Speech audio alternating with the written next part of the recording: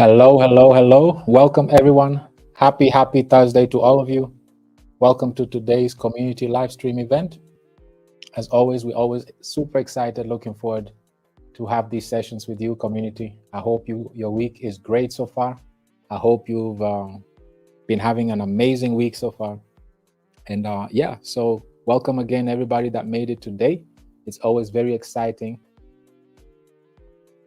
to have these sessions with you. It gives us the opportunity to not just discuss about the crypto space, the crypto industry, as it's all over social media right now. Crypto is being very interesting again. A lot of people start talking about it. We see the markets have picked up, and a lot of exciting things are happening. Many things ahead of us still that are great that we can anticipate. And so it's very exciting times. Today, as the thumbnail already mentioned, we're going to look at, the title is the Global Digital Reset. The scenario we are looking at today as a community and as an industry is, what if we had the opportunity to hit the reset button, start from scratch, all that we've gathered so far in the past, and when we're looking at the current monetary system that we have today, and what can we do differently? How would we go about it? What will we do? What would our ecosystem look like? So these are the topics and these are the points that we are going to look at in detail and then discuss. And of course, to do that, we'll always zoom out first, look at the current situation in the market, in the industry, and then work our way down as we zoom in to our ecosystem. And then that's how we'll close out the session by highlighting how we go about building or developing a platform that is in the best interest of everyone, especially the community, the crypto community. With that said, community, again, welcome all of you. It's always exciting to have you here. As usual, we'll start with the comments. We'll acknowledge you, see who is here, who made it here today. And then after that, we'll get into the session. And then we'll go full circle, come right back to you, check on you if you have any follow-up questions. And as we are doing that, we'll be working on our day 31. Imagine 30 days already behind us. We are starting on the second round out of three rounds. So very exciting. So we'll finish off with our community tweeting challenge as always, and that's how we'll close out today's session. With that said, let me come to you, community. Let me check with you and see who is here, who made it today. And for those who are here today, it's amazing, great to have you all here in great numbers. And those that will be listening in later on, I hope you'll have a great session as well. So none other than Queen Lathi herself. Good evening, family. Now set and ready to be in our one and only expert in this community. We are so blessed to be part of this community, and this is now home for some of us. This is very beautifully said, Queen Lathi. The feeling is mutual. We also feel at home having you all with us today, and it's always a great opportunity to share all these things with you, community, because we understand that knowledge is important. Knowledge is power. So we as a community, we should really stress on that and encourage that we stay informed, we stay educated and inspired. This is what will move us forward, and this is also what sets our community apart. We stress on education. Education is power. So welcome, Queen Lathi. Always nice to see you in the community. Thank you for your warm and kind words. Here is the great one, the great Brother Theo. Amazing always seeing you around, my brother. Much love and admiration and respect to you. Greetings, my great brother Steve. Greetings, dearest great Queen Mama Wino. And greetings to the entire Bullrun family here in attendance. I can't wait to get this live going. Let's go. Feel the same. Very hyped, very excited to go through this topic today, because it gives us the opportunity to really highlight the industry and get back to the basics of what were the core values, of blockchain technology. and Bitcoin at its core? What was the value, And are we still on those lines? Are we still aligned with those core values? Are we drifting off? All those questions will be looked at today. We have Queen Val here. Hello, family.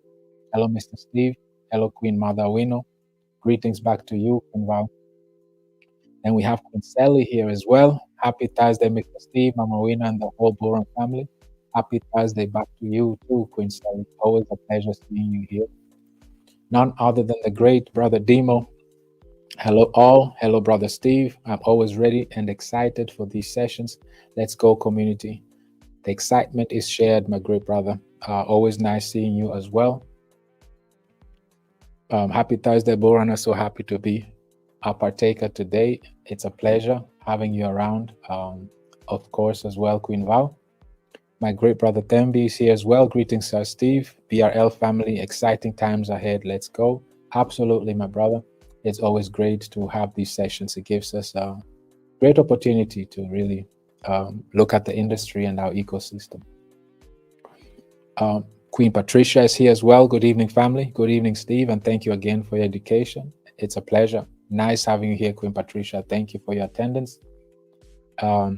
We have Queen Madi here as well. Greetings, PRL family. Greetings back to you as well, Queen Madi. Queen Margaret, we have you here as well. Nice seeing you around as well. Greetings, my brother Steve. Hello, community. Greetings to our Queen, Mother Mama Wino.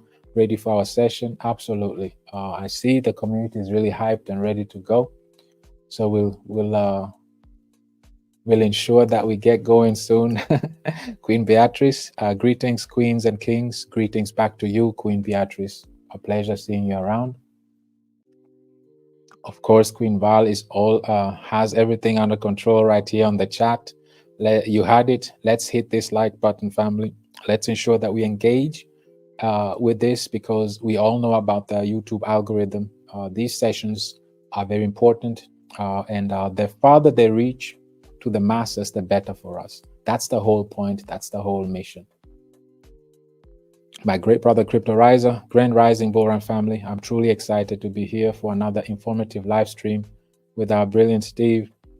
Thanks for always taking the time to educate the community and answering questions. Absolutely, great brother Crypto Riser.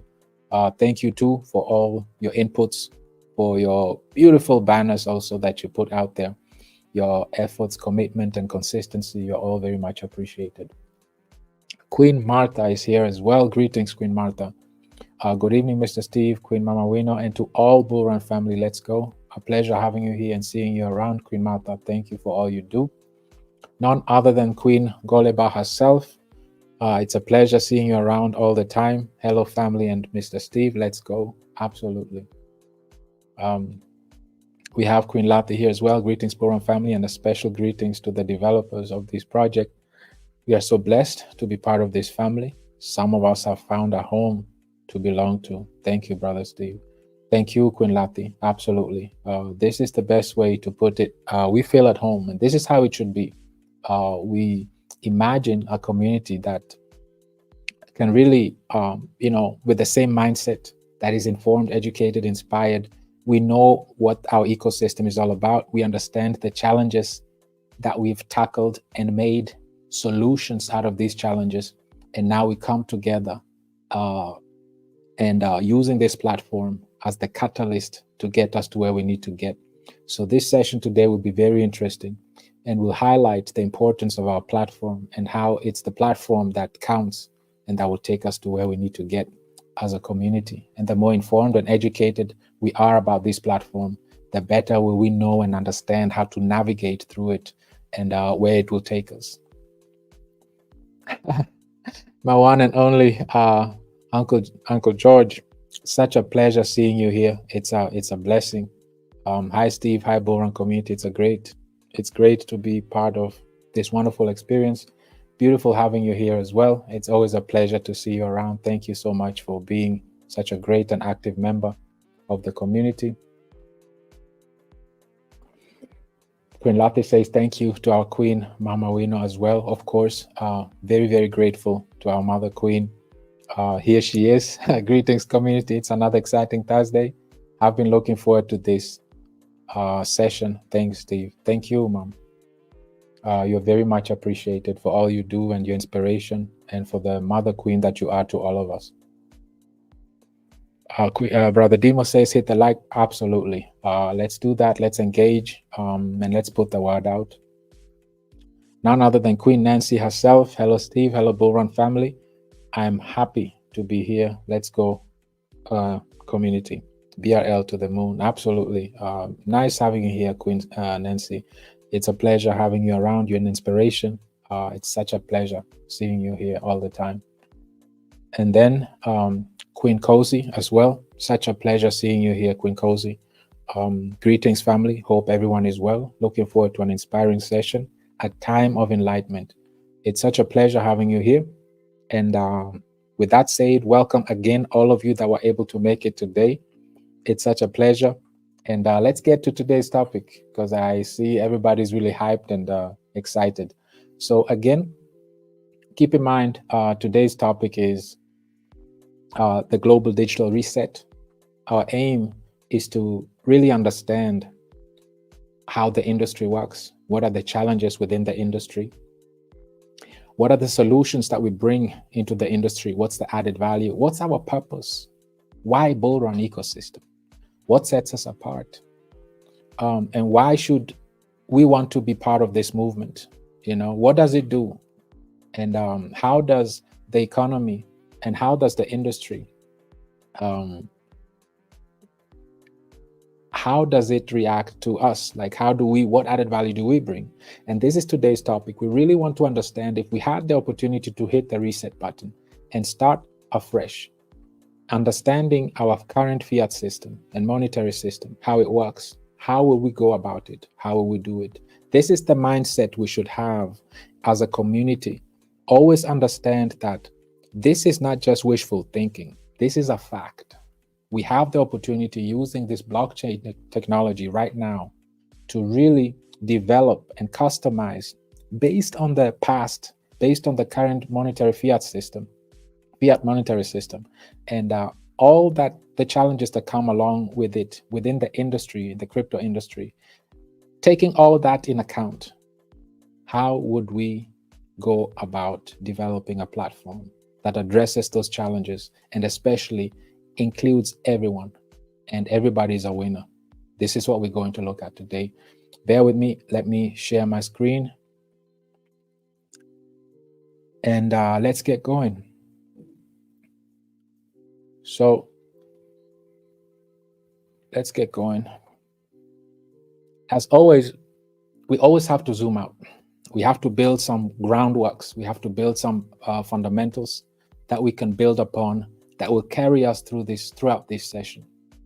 And as always, these sessions are to inform, educate, and inspire. Always use these sessions as your as your spark that gives you that inquisition that you want to go down the rabbit hole and do your own research. And let's kickstart this. Always keep in mind, the whole idea is we have the opportunity to hit the reset button. This is a brand new technology we have here, the blockchain technology, and it gives us the opportunity to customize our own token economics. Because keep in mind, blockchain technology enables us to be a global city. It enables us to connect with everyone globally. We've never met physically, but we all connected and work together on a daily basis. As of right now, we're from different continents, different time zones, but here we are together, and we are having this session today. So always keep this in mind. Now, also, what we need to also keep in mind is what were the core values in crypto? Always remember that. What was the core value of the blockchain technology? It was promised to us that this technology will close the gap between the haves and have-nots. It will open borders to those who don't have the unbanked, so that they have access to banks and all of that. So it enabled us. It promised that we can be our own banks. That it is decentralized, meaning there is no middleman. There's no centralized entity in between. We can transact between each other without having to wait for Monday to Friday business hours. We can transact without any intermediaries, and so on and so forth. These were the values that were given to us, the promises that were given to us. Let's see what's happening here. So let's kickstart. This is the Monetary Authority of Singapore. This will lay the basis, the foundation of this session. They basically say that cryptocurrencies failed the test of being digital money. We all know about this, and this lays the foundation.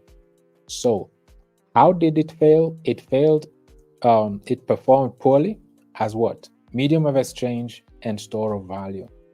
Off the bat right now, to get this over with, to be a medium of exchange and a store of value, they have one common denominator, and that is liquidity.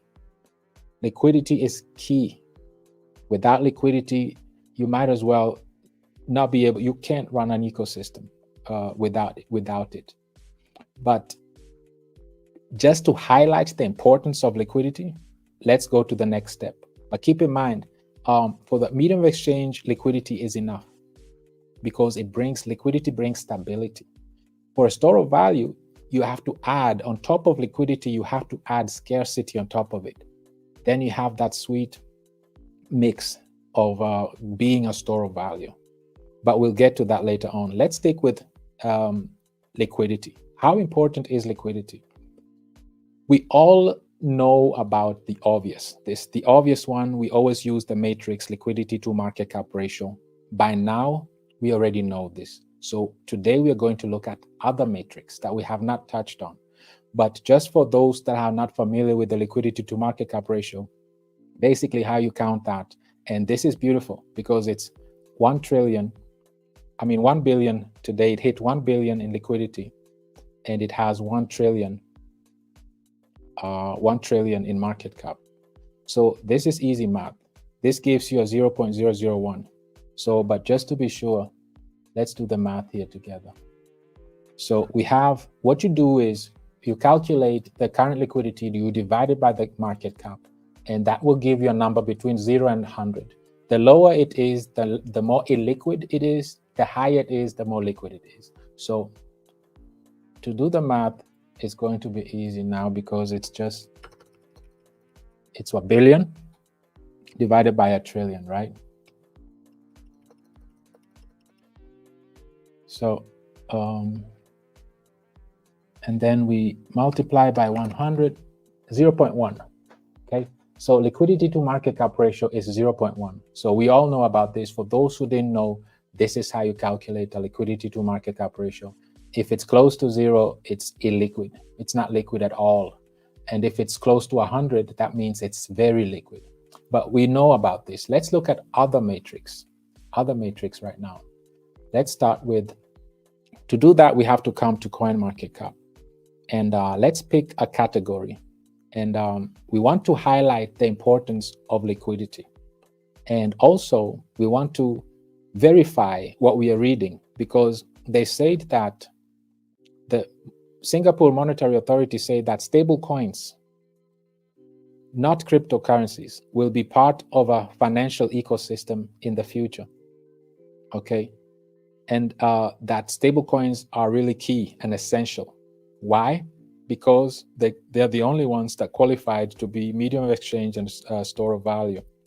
Because one denominator, liquidity, they have deep liquidity. Liquidity gives stability and causes you to be a medium of exchange. And one of the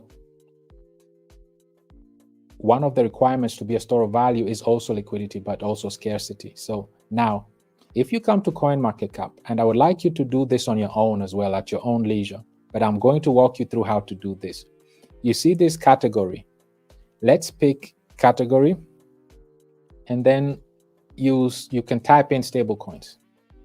So this gives us, pulls off just stablecoins. So now we see the market cap of stablecoins, just stablecoins alone. And then we see the trading volume. These are the two metrics that we want to focus on. Keep in mind, what we're trying to show you here is how liquidity is important in this crypto space and how it's lacking. So that's what we are here to to address liquidity. So now, if you categorize this now we're looking at stablecoins. Stablecoins have a market cap of 138 billion, as you see here, right? 138 billion, trading volume of 82 billion. So what are we looking at here? First of all, I want us to see, based on the stablecoins alone, based on the market cap, you see the total market cap is 1.96 trillion, almost 2 trillion. So first thing we want to understand is, in comparison, what percentage do stablecoins have based on, compared to the total market cap? This is an important matrix to look at. Let's look at this together. In order to calculate this, of course, we have to take the entire crypto stablecoin market cap, which is 138 billion.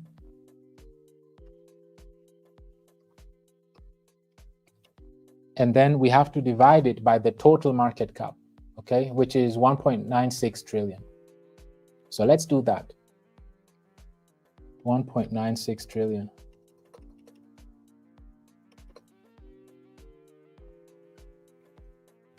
There we go.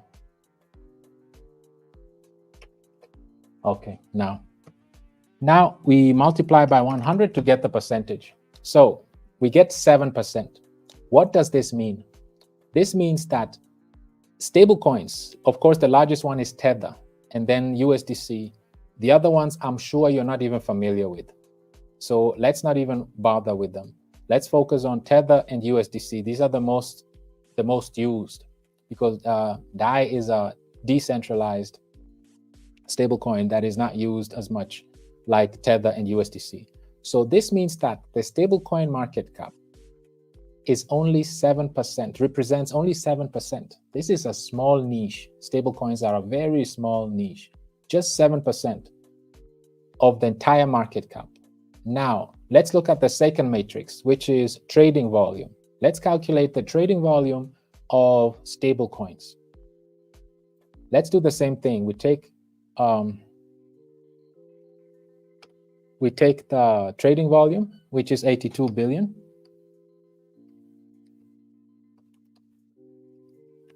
And then we divide this by, up here you see the total trading volume. You see here is the trading volume only for stablecoins. Up here you see the total trading volume, the entire market is 91. So you divide the 82, almost 83 billion with the 91, right? So let's do that. Divided by 91 billion. So when we do that, we multiply by 100, we are looking at 91%. What does this mean? So based on market cap, stablecoins only represent 7% based on market cap. So it's a small niche. But looking at the trading volume, they make up 91% of the entire industry's trading volume. This is amazing. And this is basically just based on these two. These two stable coins represent basically over 90% of the entire trading volume of the entire industry. Why is that so? Because it's liquid. Whatever is liquid, whenever you have deep liquidity, that's when you get the most trading volume. This just shows you how liquidity is important. Only two stablecoins alone are responsible for more than 90% of the entire market's volume. So this tells you that liquidity is power. And whoever controls and runs liquidity is king and is queen, period. No arguments about that. So the reasons why stablecoins and not cryptocurrencies, we just verified their statement. They say stablecoins and not cryptocurrencies will be part of the financial ecosystem in the future.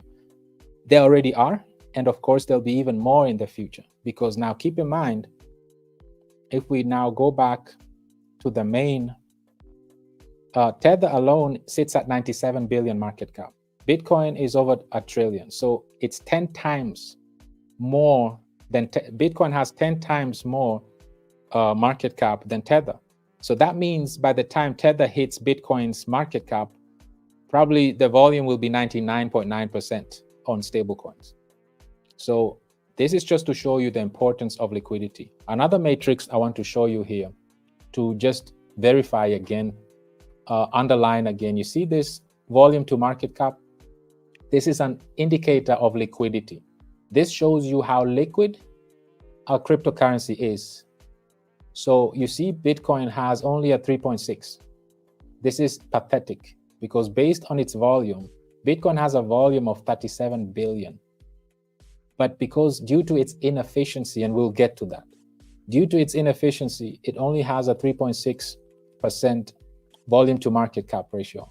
And this indicates liquidity. The higher the ratio, the more liquid the cryptocurrency is, which should make it easier for it to be bought or sold on an exchange close to its value. We all know about this. So this is a liquidity ratio. Keep in mind, this is for Bitcoin, 3.66. Let's look at stablecoins. Stablecoin right now sits at 69.93, so 70% basically. This just shows you how liquid stablecoins are. So this is just to verify what we're reading. Let's not just believe articles. You always have to double check, triple check, verify your sources. So we verified it, and we've seen that based on different metrics, we get to the same conclusion. This is our matrix. This matrix is our liquidity indicator, and it shows that it has 70% basically. This shows that it's liquid. It's extremely liquid. So liquidity plays a major role in the industry, and these just two stablecoins alone represent over 90% of the entire trading volume on the market. And the largest cryptocurrency we saw, it has a 3.66. And the second largest, at least, has a doubled, almost 7%. So Ethereum is great because you can build applications on it. There's a lot of activities going on, and it's deflationary also. So the deflationary aspect of it helps its liquidity as well. So it has almost double the liquidity indicator than Bitcoin does. So now we've covered liquidity. That's the first challenge in this crypto space. Illiquidity. That's the number one challenge we face in this industry. Let's look at the second one. And as we're getting to the second one, I also want us to discuss something. Bitcoin is compromised, and a lot of people still don't understand that fact. On the 10th of January, when ETFs were approved, and when they started trading on that Thursday, on January 11th, at that moment, we lost Bitcoin to Wall Street, unfortunately. A lot of Bitcoin maxis won't admit this, but there is a simple, to stop the argument, there's a simple statement that one famous individual known as Rothschild, back in the 1800s, in 1815, Rothschild said something. This was it's a famous statement. It was like, I care not what puppet is placed upon the throne of England to rule the empire, on which the sun never sets. The man who controls, or the woman who controls the British money supply, controls the British Empire. And I control the British money supply, period. So basically what he was saying is, whoever controls the money supply runs the nation, runs the empire, period. And that's the that's the rule of law. If you have access to liquidity, you control that asset, period. It's as simple as that. And this is Rothschild. If you don't know about Rothschild, I encourage you to Google, do your research on it. They were dominating the financial industry, the banking industry in Europe and worldwide.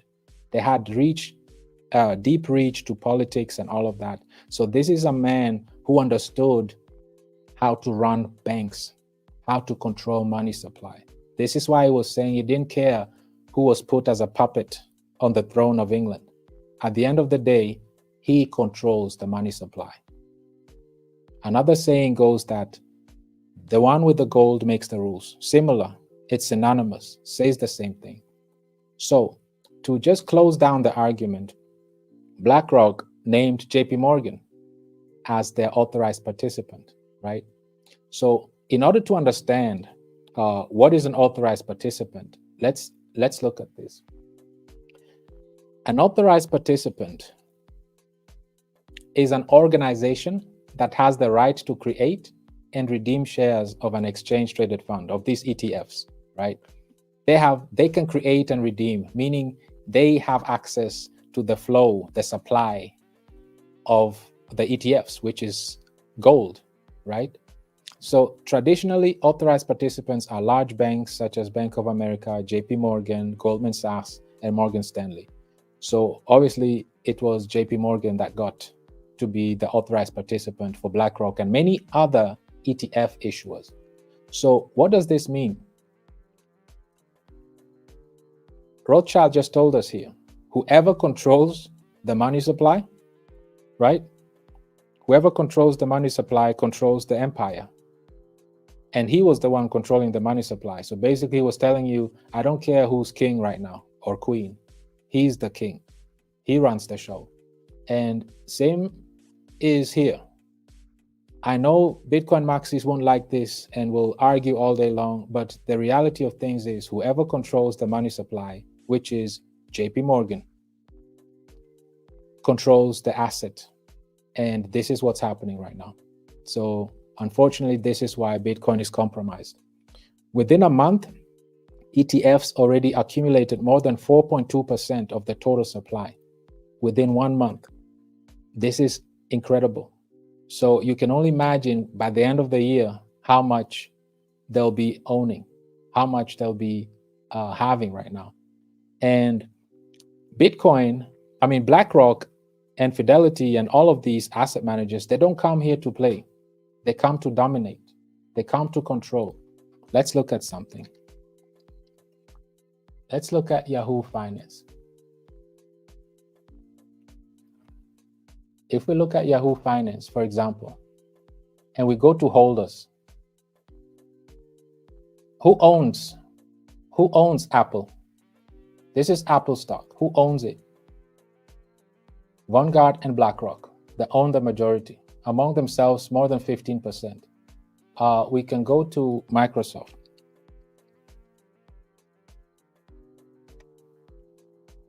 Who owns Microsoft? Let's go to holders. Who owns Microsoft? Same people, same two people, Vanguard and BlackRock. Always the same actors. Of course, JP Morgan is there as well. Pricewater, and all other State Street and all that, JP Morgan, Morgan Stanley, but the top holders are always Vanguard and BlackRock. Basically, BlackRock owns every large company that you know of. They own it.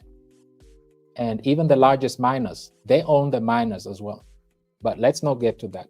The point was just to say that the liquidity is key. Liquidity is very important. And whoever controls the liquidity, the supply, they control the empire, period. So this is a fact. Now that we know that, and we saw how ETFs now own more than 4% of Bitcoin supply, and that within a month.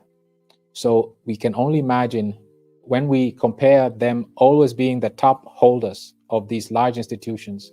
So they came into the crypto space to do the same thing. They came into the crypto space to ensure that they are the largest holders of this asset, and they'll take it over.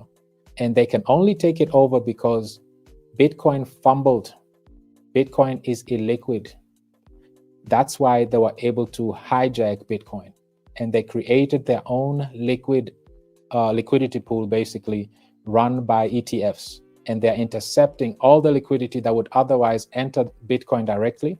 It should be added on this pool, but because it's not retaining liquidity, it has a very low liquidity to market cap ratio. They have their own ETF liquidity pool that they are running, and everybody will go through their pool and not through Bitcoin. And This is how they're already controlling Bitcoin, just like they did silver, just like they did gold. So let's move on. Now, next thing we need to look at is we are in a debt-based economy. And debt in itself is nothing bad. If used rightly, debt can be prosperity. However, if you don't use it correctly, it can be a crisis, depending on how you use it. So this is very important. And as we know, our current monetary system is debt-based. Keep that in mind. And what does debt do? Basically, it deflates your purchasing power. Look at this chart. This shows you how the dollar, how it's lost its purchasing power over time. Due to what? Due to rising inflation and monetary supply. So increased supply, and which is inflation. Okay, so you see how this chart looks all the way down, especially in the 1970 when the gold standard was taken off, it plummeted even faster. So we are living in a debt-driven monetary system. And this causes debasement, meaning that your purchasing power decreases over time. It just keeps decreasing until it will end up in zero. Because money supply, inflation. Inflation is the second issue on this market. First, liquidity. Second, inflation. Now, in order to make a point here, we need to understand something else.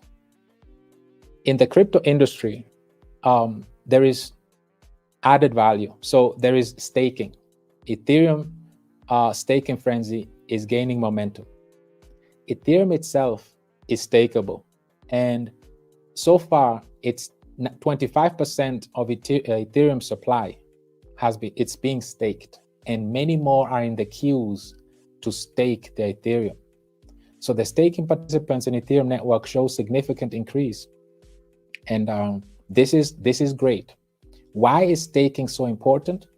It brings stability and security to the network. So staking is a huge deal, is a big deal. So this is the third aspect that we're looking at, incentives. We've discussed liquidity, we've looked at inflation. The third one is staking. Staking plays a major role in the crypto space, especially on proof of stake blockchains. So it's important for us to also address the challenges that we're facing in the crypto industry. Keep this chart in mind. Look at the fiat monetary system, how it lost its purchasing power due to inflation and oversupply. Now, let's look at the same graph. First of all, let's finish this. So staking plays a major role. Right now, if you look at staking platforms, they represent 38 billion in market cap. And their volume is not much, only 800 in volume.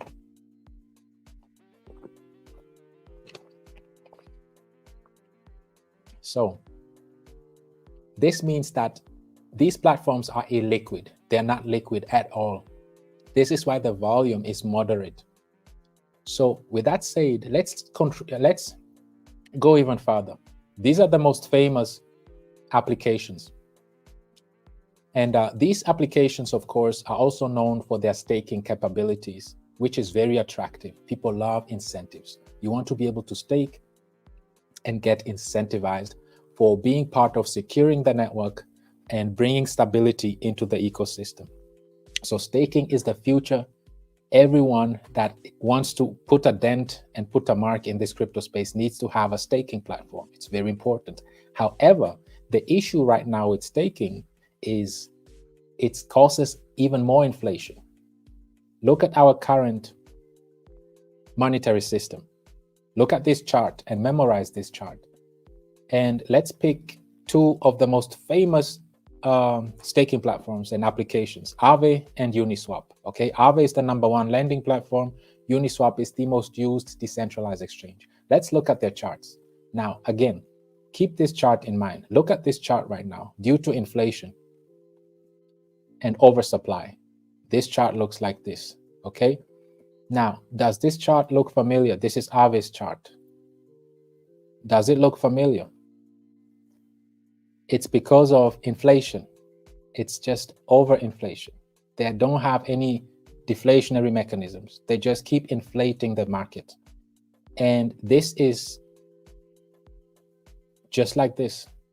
This is our current monetary system. This is what the charts look like. And this is on chain. This is now on blockchain. This is the crypto industry right now. And it looks exactly the same because we didn't learn from the traditional markets. We're doing the same thing, just transferring it on the blockchains. So this is another challenge that we're facing in the industry. Inflation and staking makes it even more inflationary because when you stake these Aave, you get more Aave. And this is why those who are staking are not incentivized to remain staked because they know that it's an inflationary staking platform. So they unstake and sell off. And selling off causes a run on the bank, and this causes everybody else to follow suit and sell off. And this is horrible. We're not picking on Aave. Let's look at Uniswap. Does this look familiar? Look at this chart and compare it again with our money supply, with the current fiat monetary system. Same thing. Why? Inflation and oversupply. So Uniswap, same thing. Great utility, great use case. However, the tokenomics are very weak and not unsustainable. Their staking platform is not sustainable. Now, this brings us to the final aspect. You see this trading volume, 142 million within 24 hours. They have high trading volume, but the chart looks like this. This just shows you that there is the volume, the use of this platform is not directly tied to deflationary aspect, to scarcity, to liquidity, which would have brought stability to this place, and also to the incentives. So those are three key challenges in the crypto space: liquidity, deflation, scarcity, and incentives. So even though they have high volume, 142 million in volume, it doesn't do anything. They are not efficient with their volume. And these are the challenges we face in the industry community. And these are the things that need to be addressed. If you want to stand out in this crypto space, you don't have to be a copy paste. You don't have to say you want to be the next Uniswap. You want to be the next Aave, because they're struggling themselves with strong tokenomics and strong fundamentals. They're struggling with liquidity retention, with the scarcity and supply, and also with incentive. The incentives are unsustainable. The incentives are causing more inflation. So what's the difference? We might as well stay with the legacy tradition because it's the same thing. Wasn't blockchain technology developed for us to improve on it, to do better, to be better, and especially to create a system that benefits everyone and not just the top 1%? Wasn't that the purpose of the blockchain technology in the first place? So why do our charts look like this? And these are the most popular applications and staking platforms. Why do they look like this? Despite having over 140 million in volume. We'll do some math at the end using these numbers on our platform based on our tokenomics. But for now, we'll move on. So keep that in mind. This takes us to the next chapter, volume. You have high volume, but you're not efficiently using this volume. It's not directly tied to incentives, liquidity, and scarcity. This brings us to the next topic, transactions. Why transactions? In order to run an economy, and this is economy 101, basic.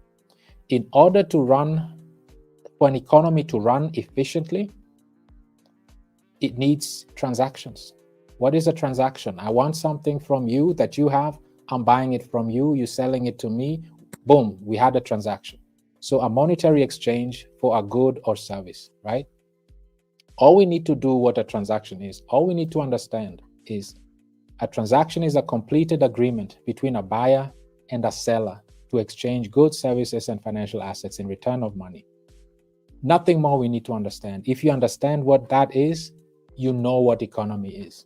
So transactions are the driver behind a thriving economy.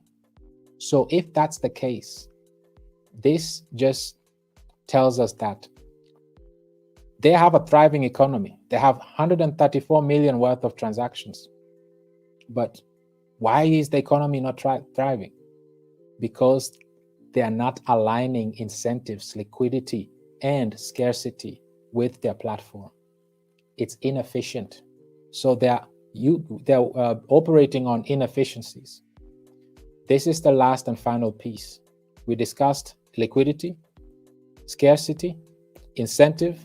Now we're wrapping up. The fourth final is inefficient use of volume. This is the case. They're not using what drives an economy, which is transactions, efficiently. So these are the four elements. These are the four challenges within the crypto industry. And this is the same issue we had, or we still have, in the traditional market. This is why you see the purchasing power depleting like this. And this is why you see the charts identical. You can put them side by side and you think that we're looking at the purchasing power being depreciated of the US dollar. This is what we're looking at right now. So now that we've identified the three challenges, actually there are four challenges, including the inefficient use of transactions. Transactions drive an economy. And even though you have high transactions, 134 million, and your economy, basically your token economics, are looking like this is horrible. This is inefficient use. So those are the four challenges that we've identified, right? So now that we've identified those four challenges, let's zoom in now. Let's look at our platform. Let's look at how are we addressing these four challenges. Now, this is what brings us now to our ecosystem. And to start, first of all, we need to let you know what we are all about. Bullrun is about solutions. We are very solution driven. When we were developed, we analyzed the industry first. We looked at the industry. What are the challenges within the industry? And we learned how economics work. What drives an economy? What makes an efficient and sufficient, especially a sustainable and stable economy? Once you understand that, you ask yourself, what industry do I want to get involved with? The crypto industry. How does it work? What are the challenges? In order to understand that, you have to look at the prominent cryptocurrencies. Look at the largest cryptocurrencies. Study them, like we looked at. We looked at Bitcoin, Ethereum. We looked at the stable coins. We understood that, in order for you to gain deep volume, you need to be liquid, right? We looked at the categories. We analyzed it. We saw that, okay, that's true. These two stable coins are responsible for over 90% of the entire volume. Why? Because they're liquid. That means we need to retain liquidity. In order for us to have high volume, we need high liquidity. Okay, we learned from Tether and USDC. Next, we have to now be sure that we tie, in order to run as an efficient economy, you need transactions. So this means that in order for us to have a clean transaction, an efficient economy, we need to tie our transaction, 134 million, to scarcity, liquidity, incentives. Okay, now this is exactly where we're heading to now. We took a problem-solution-based approach. We want to solve four pillars of issues. The first one, what we just discussed, is liquidity. Liquidity is a large umbrella. Liquidity just talks about the basics, the fundamentals that need to be addressed. Liquidity encompasses scarcity, liquidity, incentives, and the inefficient use of your volume, your liquidity. All that goes under one umbrella of liquidity. Our other is education, and then security and social network. However, we'll focus on liquidity for today's topic. So That said, let's go down to our tokenomics. Tokenomics are key. If you really want to understand a project or an ecosystem, you need to look at their tokenomics. You need to understand, because tokenomics is the engine of a car. When you purchase a vehicle, it's the most expensive part of what makes it special. It's its engine, right? The way it runs, and the way it's operating, its technology, and that's what sets it apart. It's not different in the crypto space. You have to look at its tokenomics, and this will make you understand how it really works. Does it work for you? Is it sufficient? Is it stable? Is it efficient? Is it sustainable? All that tokenomics will give you all those answers. So now let's look at the 4 challenges we just looked at. We just identified 4 challenges. The first one was liquidity. Now that we understand that in order for us to down the road have more volume, high volume in the industry, we need to have liquidity. So this is why the first way we retain liquidity is through taxes. 6% on the buy, 6 on the sell. Half of the taxes, which is 3%, go towards liquidity. Why? Because we understand that the deeper your liquidity becomes, the more trading volume you'll get, right? Okay, so this is why we retain liquidity with every buy and sell. It's very important to retain liquidity for the livelihood and the longevity, sustainability, and stability of the project. You need liquidity, like we just saw earlier. So this is why we take 3% from buy and sell side and add liquidity to it. But this is not the only way we retain liquidity. This is just the obvious way, because we identified the 4th challenge is people not tying the usage, which is the volume, like we saw here. The volume is not directly tied to liquidity, to incentives, to scarcity of the supply. And this is what we're doing. We are tying this volume directly to liquidity. So the second way how we retain liquidity is by putting aside the 10%. We're using it to stake it. And that 10% is staked, and it's earning USDC distributions based on what? Based on this right here. Transactions, based on volume. Okay?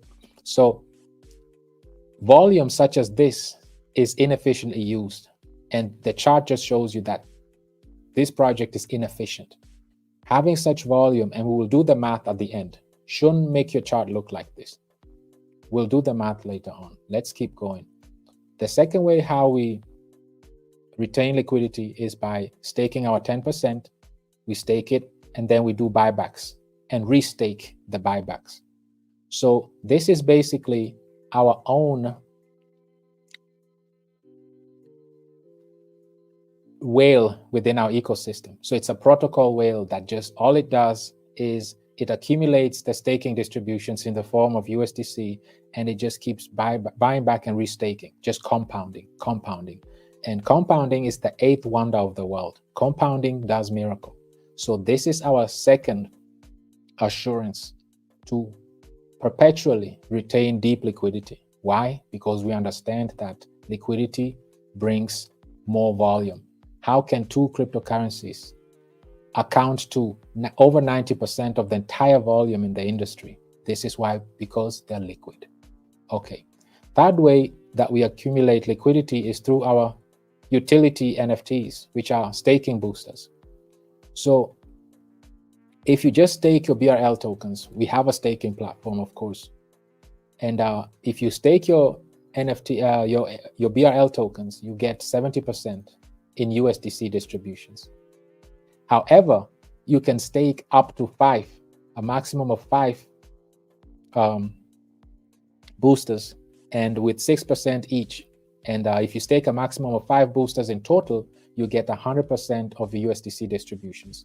This is an incentive that we put in place to keep so that we can scale as an ecosystem. The more holders, the larger we become as a community. People are incentivized to max out their USDC distributions. So they'll be incentivized to purchase these utility NFTs which boost your staking distributions. 100% of the revenue generated from the sale of these boosters go towards liquidity. Okay, this enables Bullrun to build and sustain a healthy liquidity. So these are the three ways we have a built-in mechanism within our ecosystem that we retain liquidity. Why? Because we saw that if you have deep liquidity, 2 tokens alone run 91% of the total volume. This is crazy. This just shows you the power of liquidity. The deeper the liquidity is, the more volume you'll be able to trade. And because we tie our volume to scarcity, to liquidity, and incentive, our chart will definitely not look like this. So let's move on. Now that we've covered liquidity, and we understand the importance of liquidity, it's a volume driver. Traders love deep liquidity. Traders will come and trade more, and that's evident in seeing the most liquid tokens dominating over 90% of volume, bringing in over 90% of the volume. Next thing is scarcity. Okay, you need to be scarce or deflationary. It's very important. Why? Because right now our current monetary system is debt-driven, debt-based economy. And if you're not scarce and inflationary, this is what it looks like. This is our current fiat monetary system. You lose purchasing power due to inflation and oversupply. So you have to go about doing the opposite. Scarcity scarcity is important. So we identified that we ensure we remove 1% from the total supply. So we started with 1 million in total supply. And now if we look at Etherscan right now, we are down to 972,000. So we've burned over 27,000 tokens and removed them completely from the total supply, never to be seen again. So as this supply keeps shrinking, the remaining tokens become like your share becomes larger. This is the final step of this conversation, of this session. I'll get into details on that. For now, all we need to know is that over 27,000 tokens have been burnt and removed from the total supply. So instead of being inflationary like our current monetary system and our current popular staking platforms, we are scarce. We're not adding more liquidity, more supply. Actually, we are scarce. We're removing supply. This is one of its kind. There is no staking platform out here that is doing what we're doing. There is no scarce staking platform. So we are the only scarce staking platform in the industry right now. So with that said, that's how we address the inflation challenge that we face in the industry and in the traditional fiat monetary system that we're facing right now. So scarcity is key. Finally is USDC distributions. Like I said, we have a staking platform. Staking is extremely important. And like we see here, Ethereum has changed from a proof of work to a proof of stake. And there's a big frenzy, staking frenzy going on. It's news that Ethereum's staking rate surpassed 25%. This is major. This is why you see Ethereum has been extremely stable. If you look at the market, Ethereum has been really outperforming its competition. It's been doing very well and it's been stable because of two things. First of all, a quarter of its total supply is staked. That's the one thing. And secondly, Ethereum is the only blockchain that directly ties its volume. Let's look at it. Ethereum is tying its volume to scarcity, to its deflationary aspect. So, and this is beautifully shown here in this chart. Everything that goes beyond this horizontal line means it's deflationary, so it's scarce. So far, within the last 7 days, Ethereum has burned over 11,000 Ethereum. And because of its usage, its high volume, it's actually burning more tokens, which is close to 1,500,000 ETH a year. It's burning more than it's issuing. It's issuing 884,000 ETH, but it's burning almost double of it.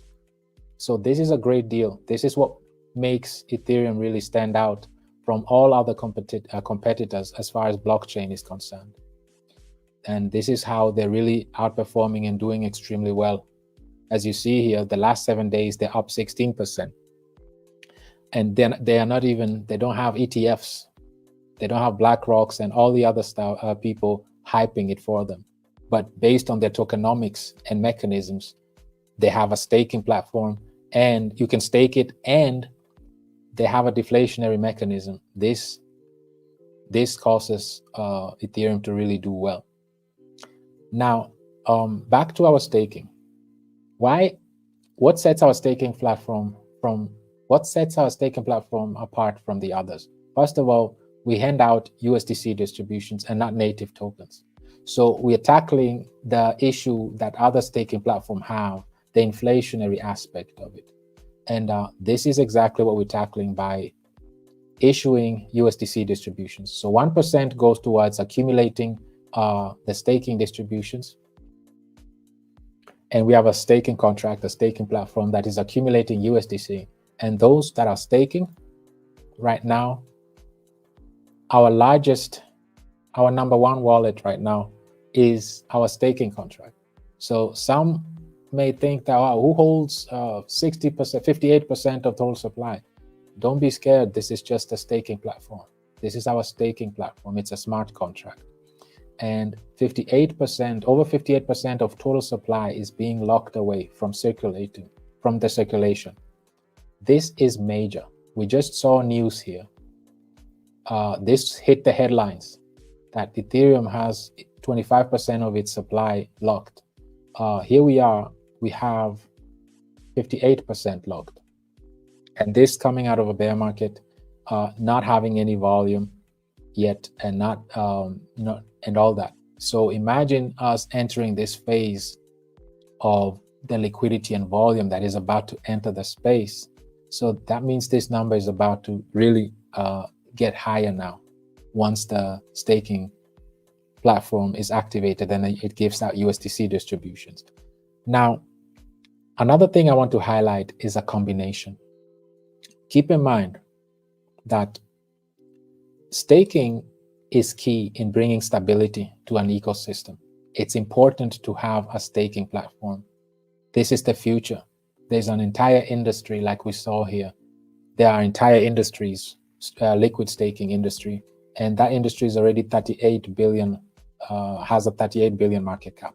So staking plays a major role. It's key. So this is why we stress on having an efficient and scarce staking platform. So this 58% being taken away from circulation while the total supply is shrinking. This is this causes a very unique dynamic. This causes something known as the price squeeze. So while Bitcoiners are heavily focusing on the price, this is what really gets them up in the morning. We are focusing on liquidity. And liquidity is key, because if you have liquidity like we saw here, liquidity makes you have the highest volume. Okay. How can two tokens have 83.5 billion in volume, trading volume, versus the entire market of 91 billion?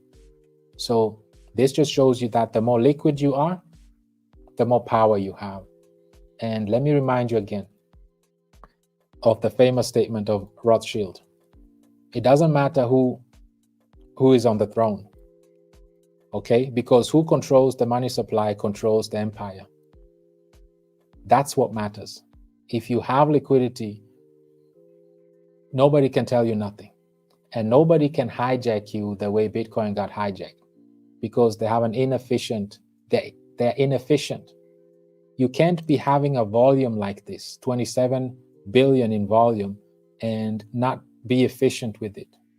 So that's why we see here ETFs came, and they have the deepest liquidity right now. ETFs, they're having deep volumes right now. They have billions in volume and billions in liquidity.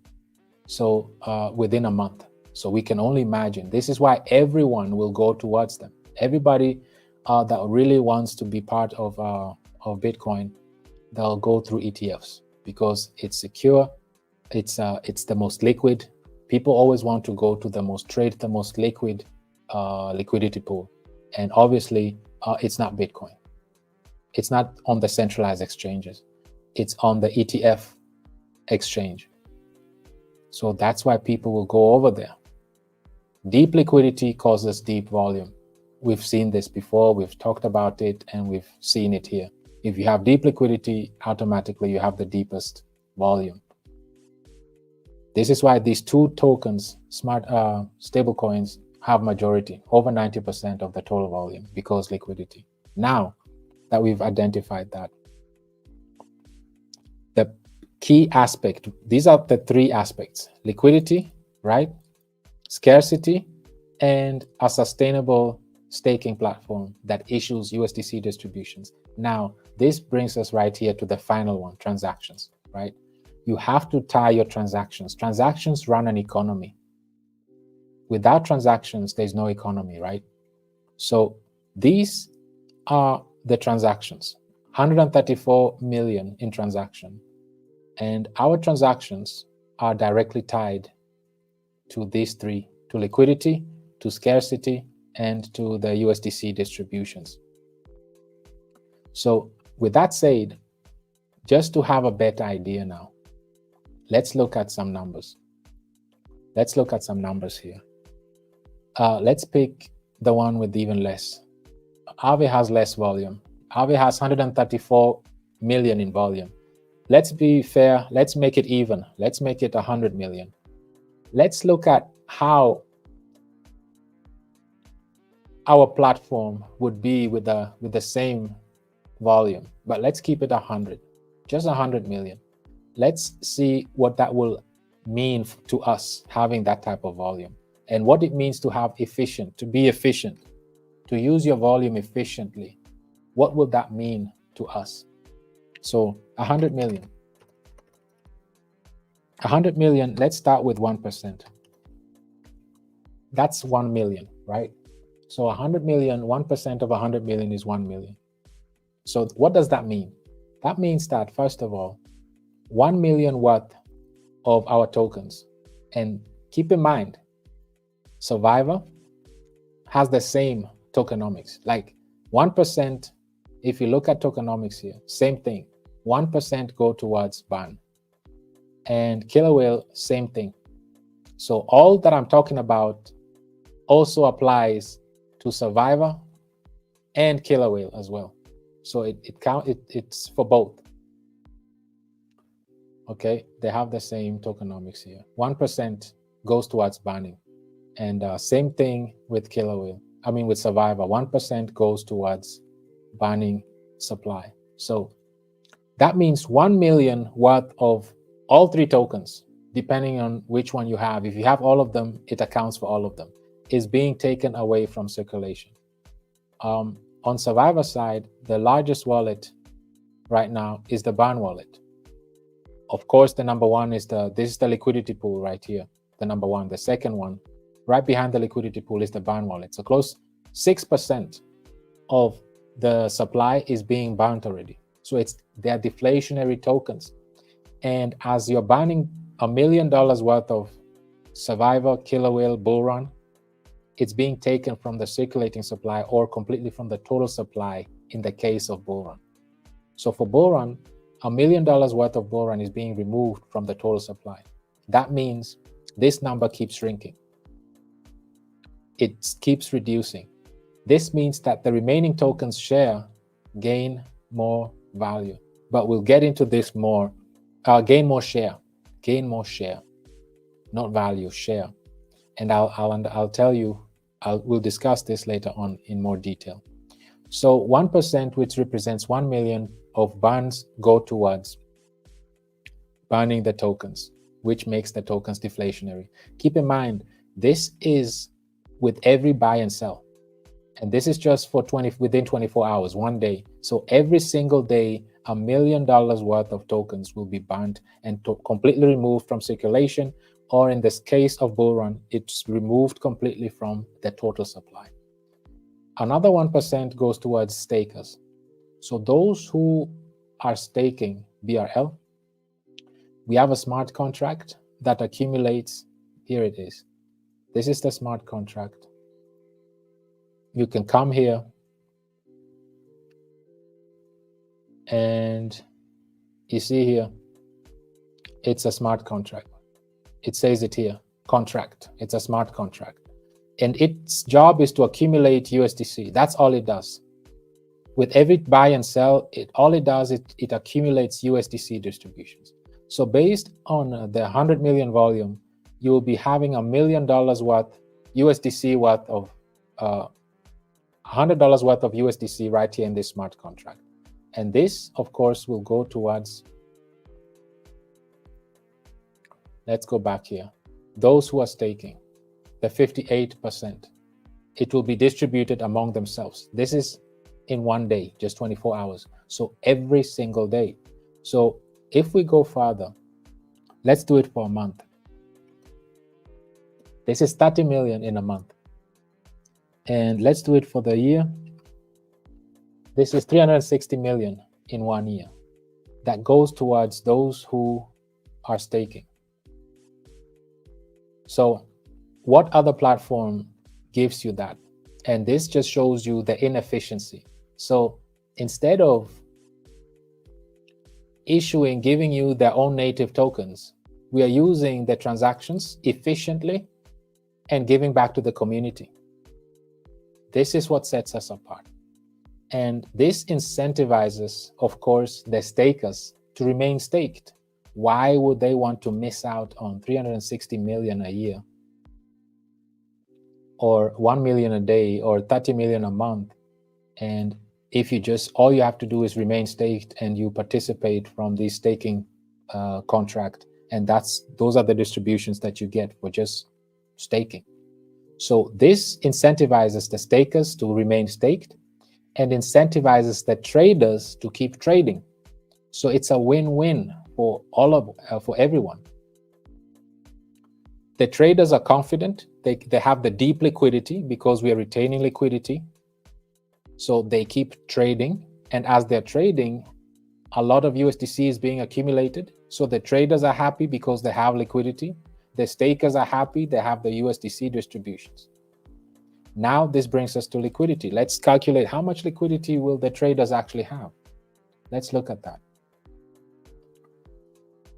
We already identified the 1 million, right? We don't have to recalculate. We know that 1% of 100 million is 1 million. Okay, now let's move forward.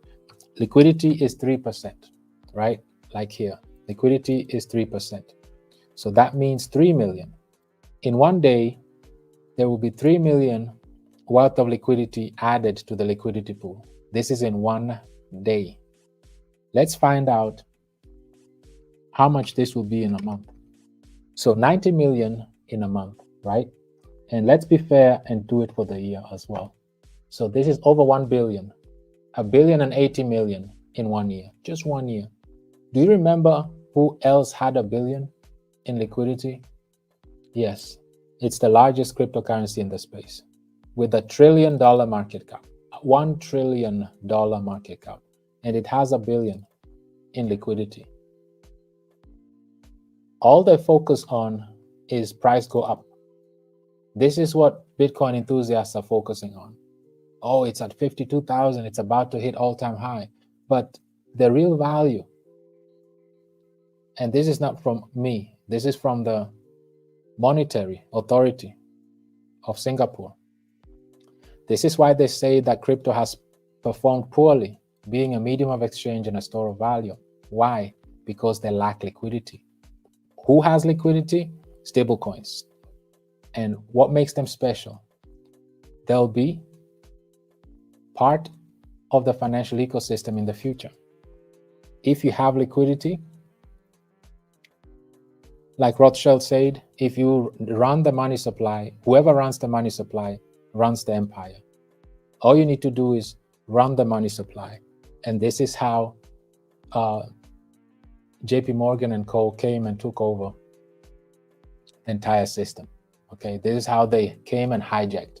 This is why JP Morgan is the king. He's the king of Bitcoin. Bitcoin is hostile, has a hostile takeover by JP Morgan because he is the authorized participant. I mean, JP Morgan is the authorized participant, meaning they run the liquidity right here. They provide a large portion of liquidity in ETF markets. Who does authorized participants? Who is an authorized participant? JP Morgan. And who is king or queen? Whoever controls the money supply. So needless to say, our whole aim is to have the deepest liquidity in the space. This is our aim. This is why we stress on liquidity. Why? It brings volume. It causes traders to come to trade because liquidity is directly tied to volume. And because we use our volume, which are transactions, efficiently and tie it directly to our liquidity, scarcity, and incentives, this causes sustainability and everybody wins. Like I said, we did the math here. We'll have $1 billion in liquidity. And this is a community token. This is a token that has ETFs already. This is the most popular and the largest market cap, $1 trillion in market cap. Half of the market cap, Bitcoin has half of the entire market cap of the crypto industry. But within a year, using this platform's volume, not even its full volume is 133 million. We took 100, just 100. Within a year, we will surpass the largest cryptocurrency in volume. This, and we'll be far away from $1 trillion, far away from it. By the time we hit $1 trillion, not only will we have more, not only will the price be higher, but the most importantly, liquidity will be the deepest in the industry. So we are competing not with meme coins or other community tokens. As far as liquidity, we're looking at competing with the largest cryptocurrency in the space, the most popular, the one with ETFs already, the one that the world is crazy about and talks about every day in the news. Within 1 year, we'll surpass their liquidity. The price will be just a byproduct. This is not our aim. But of course, if you have a platform that is scarce in supply, reduces supply with every trade, and has close to 60% of its total supply locked away from circulation, and its volume keeps increasing because it has deep liquidity, it's only natural to say that this will be a byproduct. Of course, the price will skyrocket, but that's not our aim. That would be just a byproduct. Okay? Our aim is to have a deep liquidity. This is what we're here for. So if you have your priorities straight, everything else will fall in line. Now, I want to close with this. This is what I want to close with. We are in a debt-based economy, right? And this debt-based economy has not been generous with us. It has been leading us astray. We've been losing our purchasing power. The only way to ignite this economy is by increasing the debt ceiling and inflating the market with the more money supply. And this has been causing the purchasing power to just decline, and eventually it will hit zero. Like every other monetary system before the US dollar, they all ended up in zero and they disappeared from the face of the earth. So this is how I want to close this. What sets Bullrun apart is that it does the opposite. We are not based on a debt-based economy. we are based on a collateral-based economy. So we're working on the collateral side of it. So instead of debt, Bullrun is all about collateral. Like, Steve, what do you mean? What we just discussed here is very straightforward. Like we just looked at it. We looked at within a year, based on our tokenomics, having the same volume of 100 million will already surpass the largest cryptocurrency in the space that have been around for 15 years. So it will take us 1 year to achieve what Bitcoin did in 15 years, based on our tokenomics. And while we're doing that, of course, as a byproduct, it will cause the price to skyrocket as well. But that's not our aim. Our aim is liquidity and trading volume. Those are our two main focuses, because if you have liquidity, the volume will come automatically. And it's evident here. We just saw that the two most liquid stablecoins are responsible for over 91% of the volume. So this means that when we focus on liquidity, a byproduct will be volume. And because we tie the volume directly to liquidity, retention, scarcity, and incentives, this will make our platform become very sustainable. Now, to bring this point home, so far we've only looked at medium of exchange, right? Let's look at this final point, store of value. We identified that the common denominator of the medium of exchange and store of value is liquidity, right? So we have that out of the way. The missing element to become a true store of value is scarcity. You have to be scarce, right? To be a store of value. So we already showed you that with 1% of every trade goes towards depleting the total supply. So we already have scarcity in play. Where are we heading with this? Bullrun is a store of value that is directly driven by transactions, which is volume, and it's tied to it. The more you use the staking platform, the more you trade Bullrun, the larger the collateral becomes, the higher the value of the collateral becomes. Naturally, it's not our aim. We only aim to have liquidity, and liquidity is a byproduct of liquidity is volume. And if you combine scarcity in supply here with close to 60% of total supply, circulating supply locked away, if you combine that with the trading volume, it will cause, of course, as a byproduct, what keeps Bitcoin enthusiasts and Bitcoin maxis up all night is the only focus on the price. Price is irrelevant if liquidity is not there. Because as we know, there are 6 billionaires, right? Bitcoin billionaires. There are 6 Bitcoin billionaires. And we all know by now, there are also 78 so-called centimillionaires, right?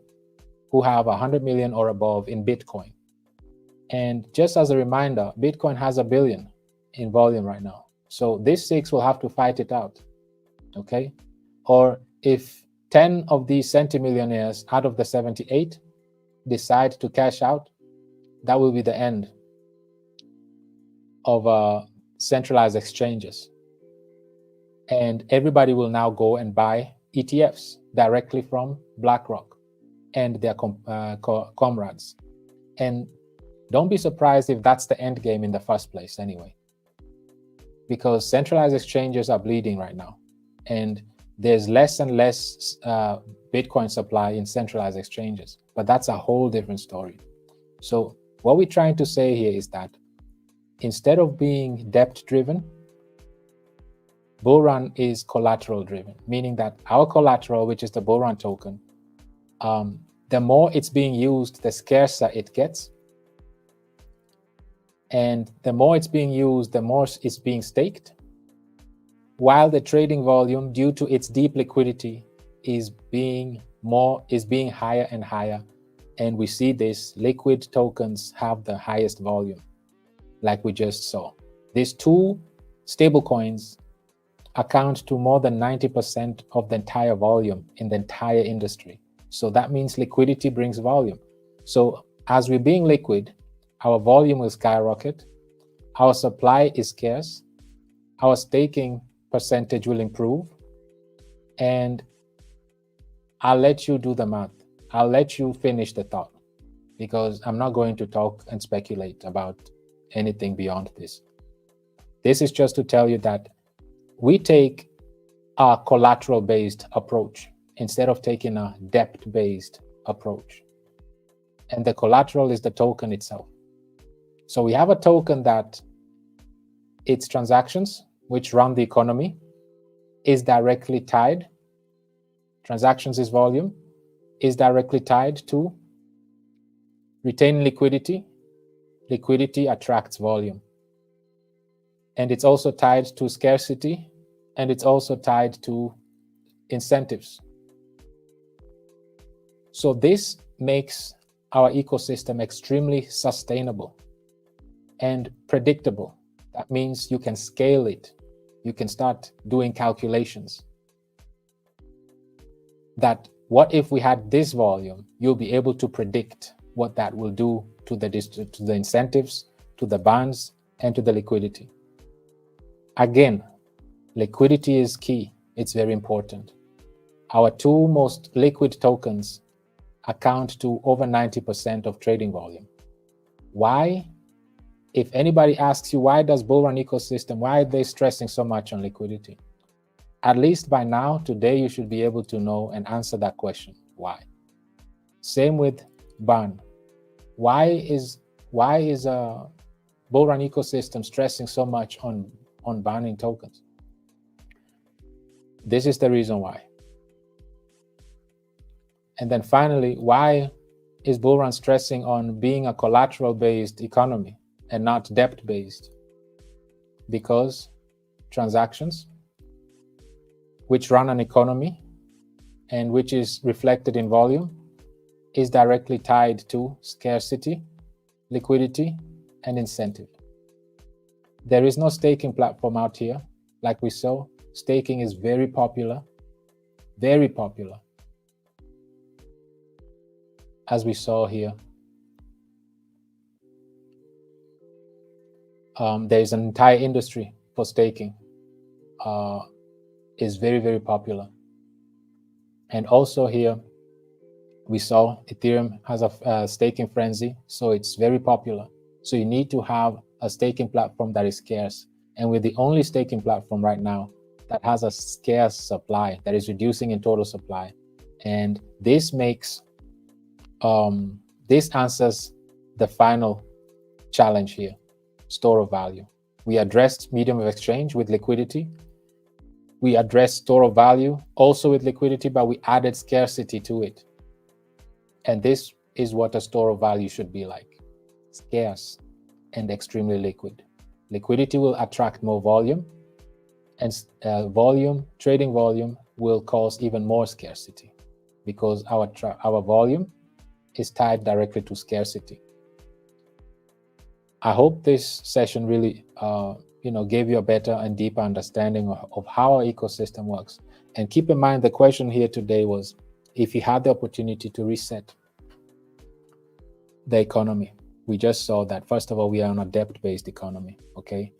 And inflation is hurting us.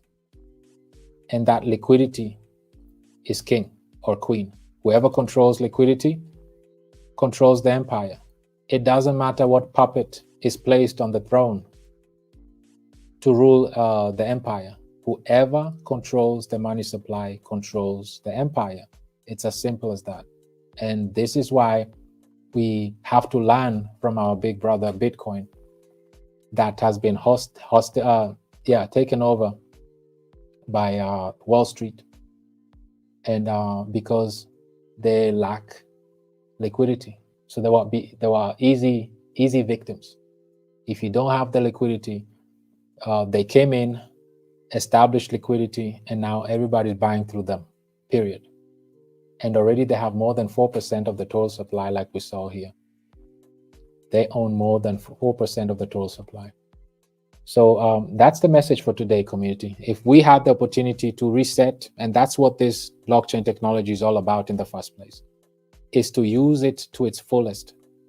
And also, the beautiful thing is, now that we are not debt-based, but collateral-based, our final stage, our final step in our ecosystem is, now that we have a collateral and deep liquidity, like we just calculated, within a year, we'll have $1 billion worth of liquidity, and it will keep going. It will keep getting higher and higher. Once we establish that, we can now add our final utility. Besides the staking platform, we'll add the lending platform now. Now, as a community member, you'll be able to use your own staked BRL tokens as collateral. Remember what we said, that debt in itself is not bad. Debt can mean prosperity, or it can mean crisis. It's crisis because the tokenomics are horrible, the fundamentals are bad, but it can mean prosperity if you're not a debt-based economy, but a collateral-based economy like we are. So that means because we are collateral-based economy, you'll be able to utilize your own staked supply as collateral. And this collateral that you'll be able to use, the transactions, keep in mind, are tied towards liquidity, scarcity, and incentives. So the liquidity will keep moving, the volume will keep increasing, and because we are tying the volume directly to scarcity, liquidity, and incentives, this will be a positive flywheel effect. It will keep going, meaning that your collateral will keep increasing. Now, I told you that I'll tell you something at the end. You remember how I told you that this number keeps decreasing? The total supply keeps decreasing. This means that the share of your staking increases in collateral. So your collateral keeps increasing in value. That's not the best part. The best part is that you still get your USDC distributions. So you have not only an increasing collateral, but your USDC distributions are paying off your loans. So you have a self-repaying credit line that you yourself can open, because we're not debt-based, we are collateral-based. If we had the opportunity to reset the economy, and this is not wishful thinking, this platform already exists. It's been around for over a year now. It is done. It is finished. It is ready to go. So this is why we're saying that education is key. In order for the masses, the crypto space, to really understand that the communities have always done their work. The communities have always delivered. What's been our issue is the community platforms. They were not ready. They were not prepared for the success.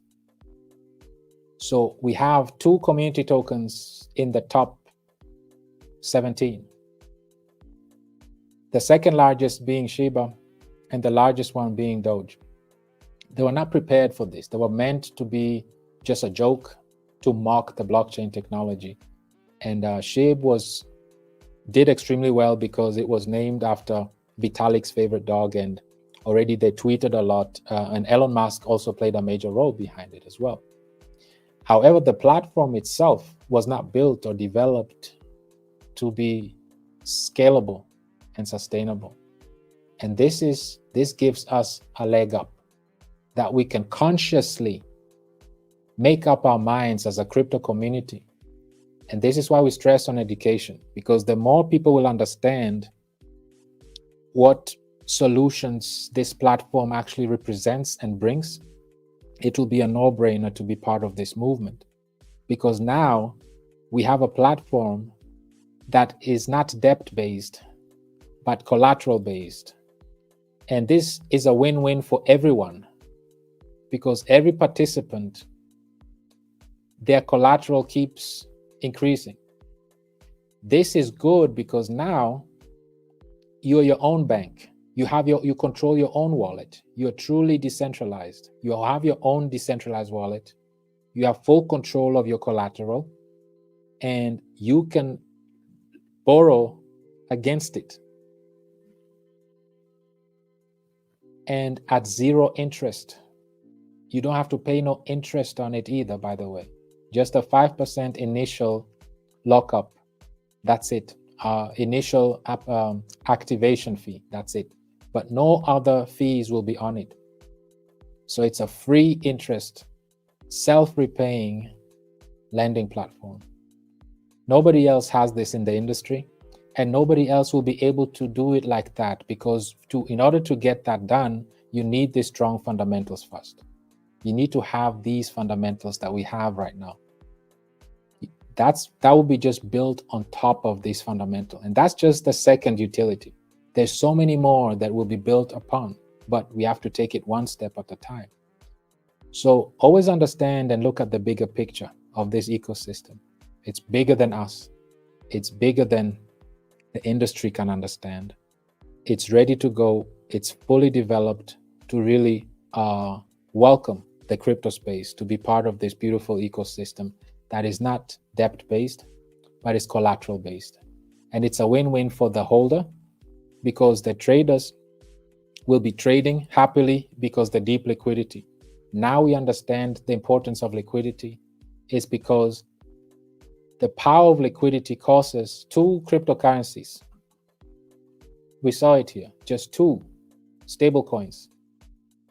How can two stable coins control over 90% of the total volume? Simple answer, liquidity.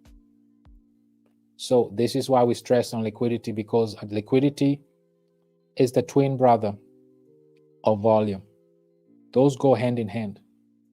So once we have that going, everything else will be just a positive flywheel effect. That's what you call a flywheel, because with volume comes more scarcity, and comes more distributions. And with more volume comes even more liquidity. So it's just a positive feedback loop. And because we are based on a collateral mechanism, we can now add the lending platform there. And instead of selling your BRL, your asset, your collateral, you can actually just take a loan against it at your own will. You can do it yourself. You don't have to go to a bank. You don't have to check your credit score. You can do it on your own. And it's self-repaying. So these are things that nobody else in the industry has, because in order to achieve that, you have to have these fundamentals. This is why we have 3 different smart contracts that were developed to just achieve these mechanisms. And we decided that,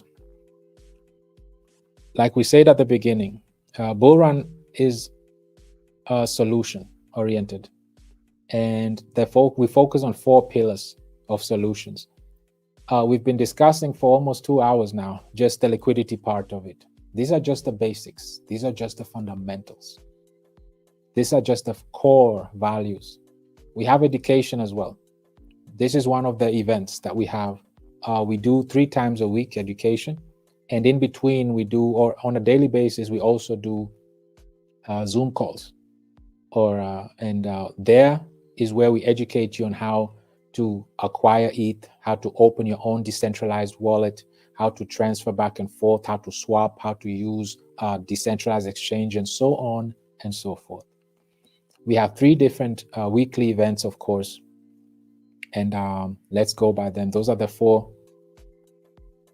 First one is we say education.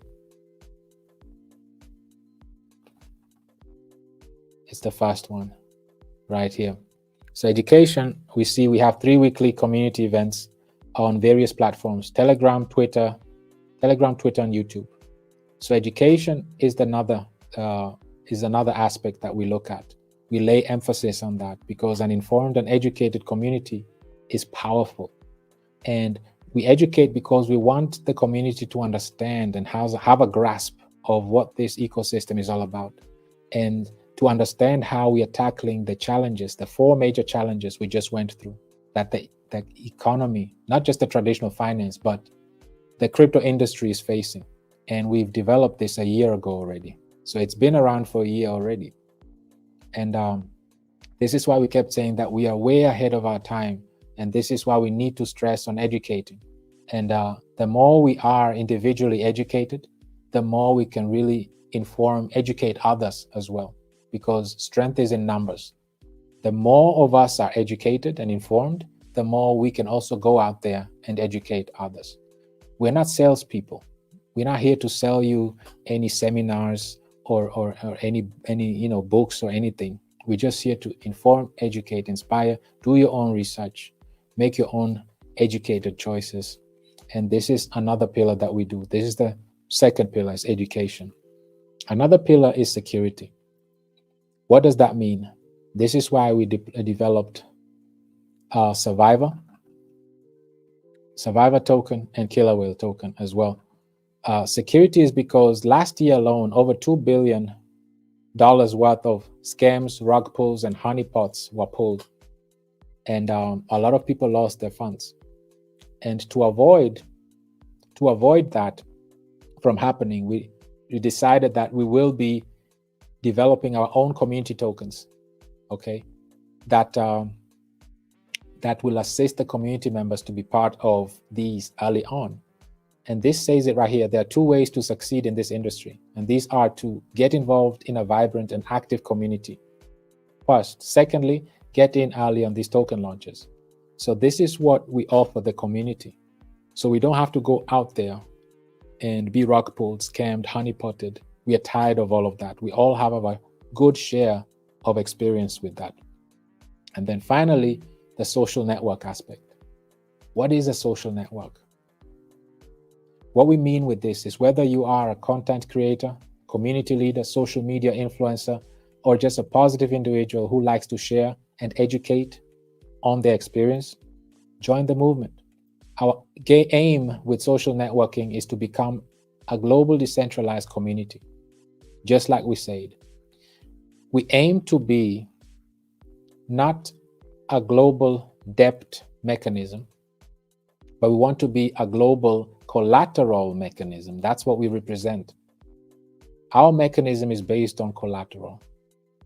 We flipped the script of the old or the current monetary system, because debt-driven looks like this. And if you take inflation and bring it on the blockchain, it looks like this. Similar, no changes. So this is why, you have to be informed, educated, to really understand how the industry works, how important mechanisms, tokenomics are, strong fundamentals.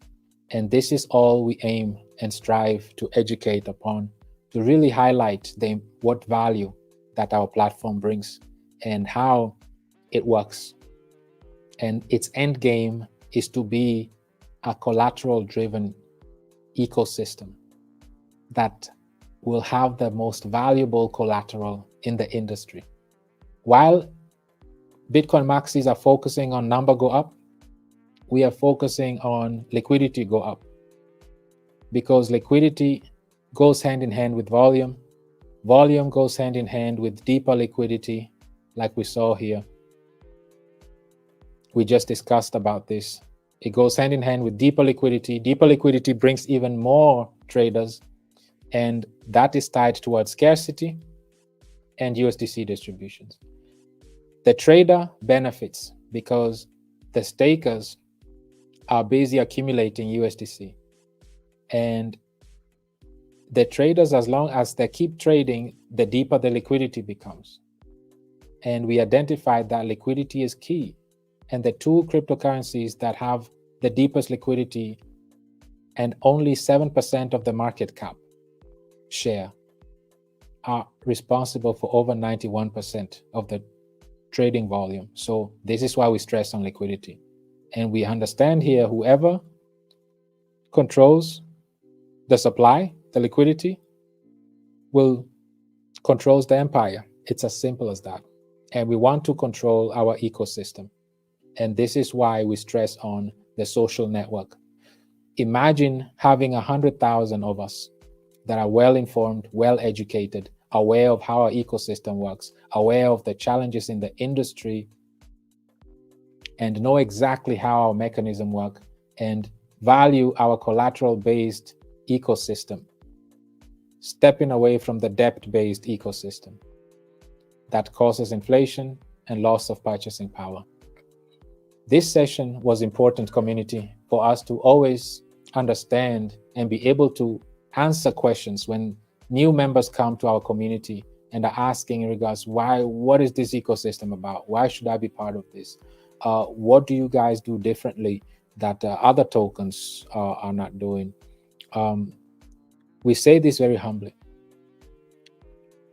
Ecosystem was built based on the challenges of the industry. That's why we can always build bridges. We can always build parallels, because this ecosystem was built on the flaws, the mistakes, the weaknesses, the challenges of major cryptocurrencies. We just looked at them already. We looked at them. Not just their weakness, but their strength as well. We're capitalizing from their strength.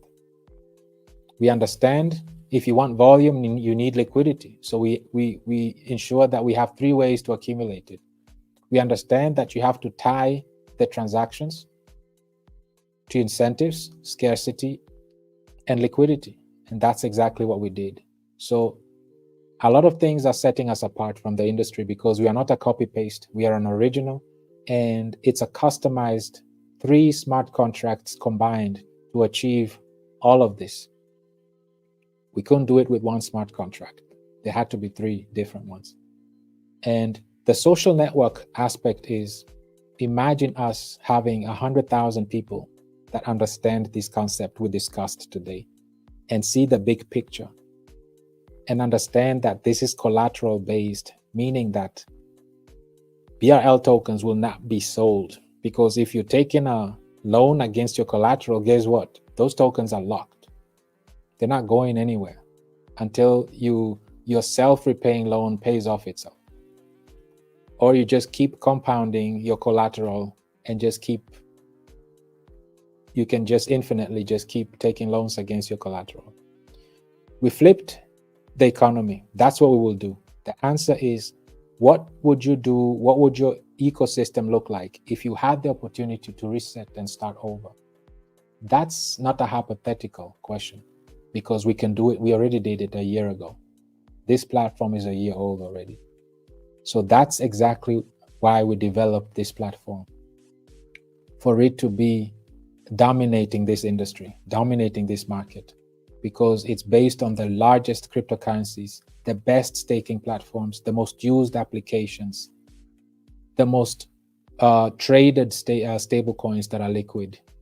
We looked at all of those things and developed a platform that addresses the challenges, but use the opportunities, the strengths. We kept the strengths and tweaked the challenges, and the end product was this ecosystem. So not only are we strong fundamentally, but we're educating. We are giving the new community members opportunity to get in early on these self-developed community tokens. And all this while growing as an ecosystem, as a community. This is why we stress on organic growth. This is why we stress on education over hype, because this is how we attract like-minded individuals. Imagine having an army of 100,000 or 1 million like-minded people like us. Even though it's not our aim, based on the inefficiencies in the market of these top 50, top 100 cryptocurrencies, we'll be able to flip every single one of these and be on the top, period, based on the strong fundamentals that we have, and based on retention of liquidity alone, and the scarcity of supply that we have, and the scarce staking platform that we have, everything is going for us, community. All we need to do is keep educating, informing people, telling them about our ecosystem, our platform, which is collateral based and not debt based. This is it for today, community. As we said, I'll come back to you and check on with you. And as we do that, of course, bear with me as I'm coming back to you. We'll be sure to hit the tweets. Let's be sure that we remain active on our day 31. Very important to put the word out. Let's keep the momentum going. Let's stay consistent, because consistency is key. Consistency is key. So as we remain consistent, we'll be successful.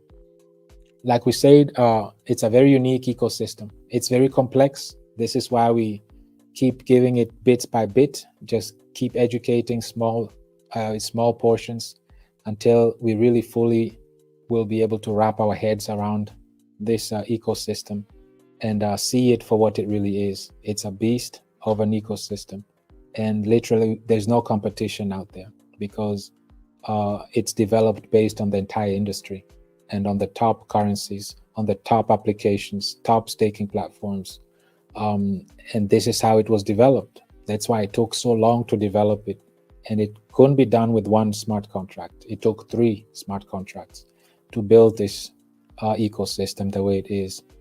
And I took a thorough understanding of the industry, thorough understanding of the competition, the challenges. But challenges are opportunities. And our 4 pillars of opportunities, like we represented, are liquidity, education, security, social network. That's what sets us apart.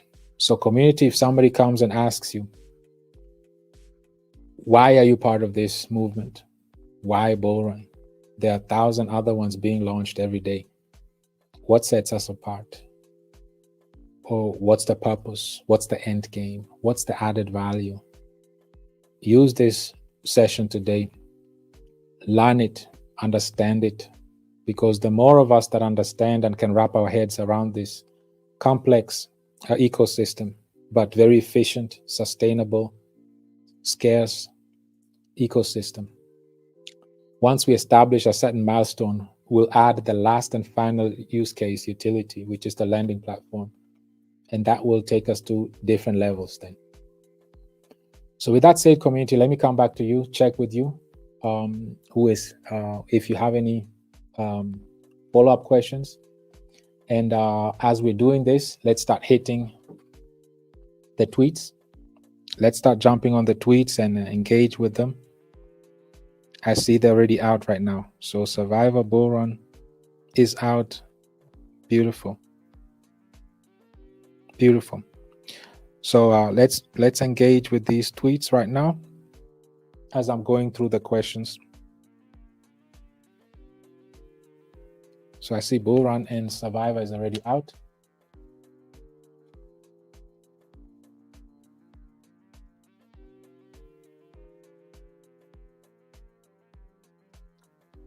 So my great brother Abdullah is saying warm greetings to you all. Greetings back to you as well, brother Abdullah. Always a pleasure seeing you in the community. I see you all over Twitter. You're very active. You're very much appreciated. Nice to see you here. Glad you participated.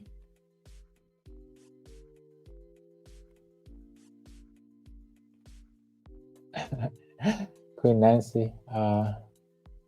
Hello, Steve. Hello, BRL family. I'm happy to be here. Let's go, community. Absolutely. I can sense the enthusiasm, the energy. It's so beautiful to have this in the community. This is what it takes to really reach the top and get to where we need to get. Queen Dumi, welcome. Nice to see you, Queen Dumi. Greetings, BRL family. Greetings back to you as well, Queen Dumi. Nice having you in the community. I also see you out there, very active, very consistent. My great brother, Glenn, as usual, very enthusiastic, very engaged. This is one of the individuals that already experienced a bull run. So he's one of those libraries that we can sit by and get some information from as well. And absolutely, let's go.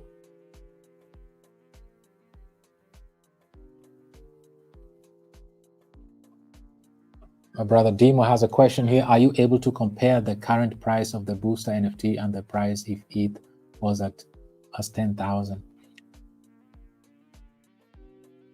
Whoa, okay, sure, yes.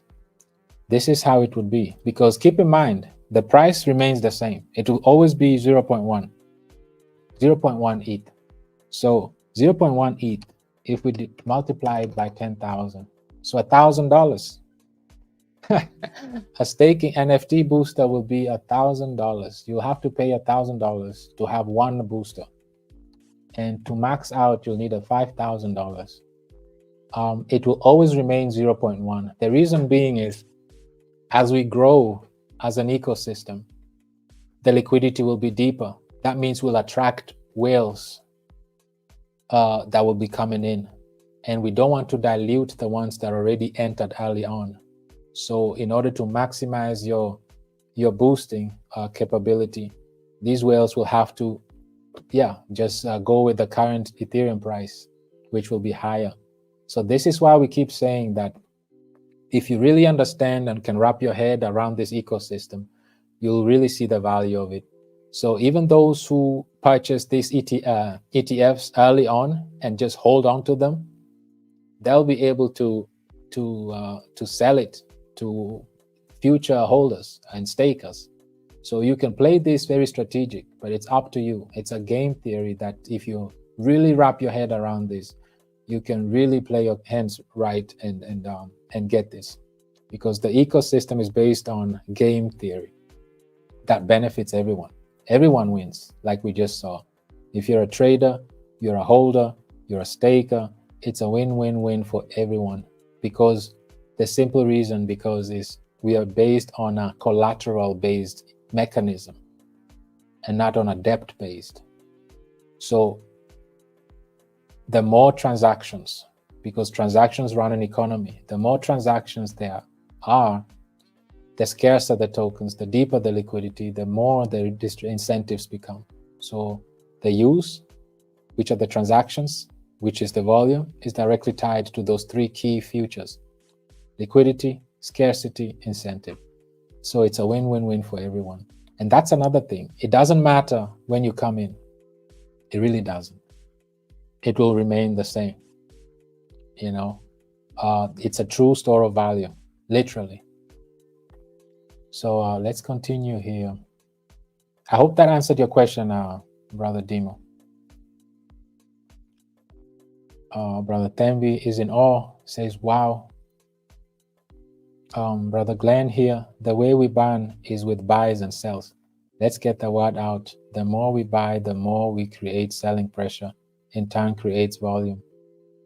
It doesn't matter, provided, like we say, our focus is on liquidity, not the price. The price will be the byproduct, because we have such a mechanism that as long as there's trading going on, the scarcer the supply, the deeper the liquidity. So it's something that as long as there are trades going on back and forth, that's what it takes, of course. And this will trigger the staking platform as well, the USDC distributions, and then that's when we'll get into this. Keep in mind, we've never gone through a bull run before. We've successfully completed and been through a bear market and burned close to 3% of the supply with literally low volume to no volume at all. So this is why we're really looking forward to this bull run, because it will bring a lot of liquidity. Keep in mind, we're at the early stages of the bull run, and Bitcoin is already sitting at 52K. And Bitcoin, people love that number to go up, that price. That's what excites them. So once as long as that number goes up, it will attract more people. And for us, we are prepared to retain all that liquidity. This is mind-blowing, says my great brother, Theo. And we have something so special here, family. Absolutely, absolutely. A collateral-based ecosystem. This is absolutely incredible. Absolutely, this is one of its kind. There is literally nothing like it in the industry. There is nothing like it. And the more we understand this, the more we'll appreciate what we have. This is why in every session we always talk about, we zoom out first, build the fundamentals, lay the grounds, and just talk about the industry, talk about the challenges, and then zoom in and turn those challenges into opportunities and talk about how we are addressing those opportunities, what are our solutions to those opportunities. And these are the things that literally set us apart with no competition whatsoever. This is beautiful. We have the best, Queen Margaret says. I'm proud to be part of this ecosystem. Beautiful, very beautiful. Bullrun is indeed the liquidity king. Absolutely. Absolutely. And we're looking forward to go through a bull run to really see the full potential of this ecosystem and see how its mechanisms really work. And it will really prove to the world. We showed you how we did the math. We did the math, and you saw how, based on 100 million volume, which is really nothing, during the bull run, cryptocurrencies go through hundreds of million and even billion in volume, depending on how it catches on and how it does. And this is why the more people understand our ecosystem, that it's bigger than just a token. And this is why we stress on longevity. This is an ecosystem where, just like the Apple ecosystem, you don't have to go outside of it. Once you're in it, you're in it. You have everything you need from within. And we want to retain all the liquidity within DeFi. We want to keep it to ourselves. And we want to have the most liquid tokens. We want to do the same for, of course, the Survivor, Killer Whale. We want them to be have the deepest liquidities. And once they achieve that, of course, they'll have infinite volume going on as well. And the way their ecosystem mechanisms are developed is the same way. The more they're traded, the more deflationary they are, the more liquidity they sustain. So it's the same thing with all three tokens. I am glad to be in the community. Will add to my BRL bag and continue to stake. Absolutely, absolutely, absolutely. It's nice to hear this, Queen Patricia. And my great brother Franklin. Well done, my brother Steve. Well done to all of you. Well done to all of you, because like I say, this is community driven. This is something I really want us to understand. This ecosystem is bigger than Queen Mother Wino and bigger than myself. This is an ecosystem that will be here way after we are on a different dimension. Okay, this is why we stress on educating. We stress on people understanding what we are about. We stress on organic growth because we want people that really understand this to be here. And this ecosystem gives us the opportunity to still thrive beyond the bull run. This is why we're saying this goes beyond bull run. Bull run is, it will reach its peak next year, October, November. But this ecosystem is built to go way beyond that, not just to have to wait 4 years all the time. So this is why we want to use this as a catalyst to retain as much liquidity, as much volume as possible, retain as many USDC distributions as possible and all of that, and then go from there. So this is what we aim to do. With this said, community, let's keep tweeting out. I see there are more tweets coming out. This is great.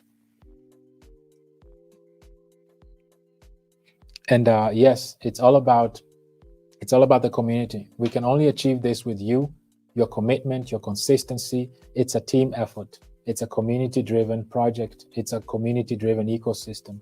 And the more the platform is being used, like we saw, this is how the collateral also becomes more valuable. And the important thing is that unlike the current crypto space, usually those who are holding bags usually lose. That's how the crypto space is.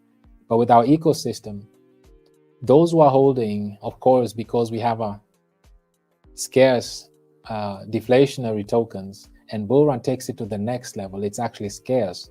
The supply keeps shrinking, meaning that the remaining tokens are ever growing in share. So the more scarce the token, whatever you are holding becomes larger and larger and larger. So your share becomes bigger. You have a bigger share of the pie because the supply keeps shrinking, and it will keep shrinking forever. So those who hold, of course, and stake benefit the most because their staking share keeps increasing with every trade. And keep in mind, traders love liquidity. So as long as our liquidity remains deep, and once it's deep, the traders will be trading all day long. And this will keep shrinking the supply, keep accumulating USDC, and this causes this positive flywheel effect. So this is it, community. This is the session for today. We've been here now for over 2 hours. Time really flies when we're having fun. So I want to thank all of you for participating, for showing up, and being always so consistent, being so efficient with these community events, and participating consistently with this Twitter challenge. 90 days is a lot, but it's worth it. Imagine we already have the first 30 days behind us. We are starting the second pair of the 90 days. Also, right now is the first day of the second 30 day, so day 31. And I want to thank all of you for always showing up, being consistent, being engaged. You're all very much appreciated.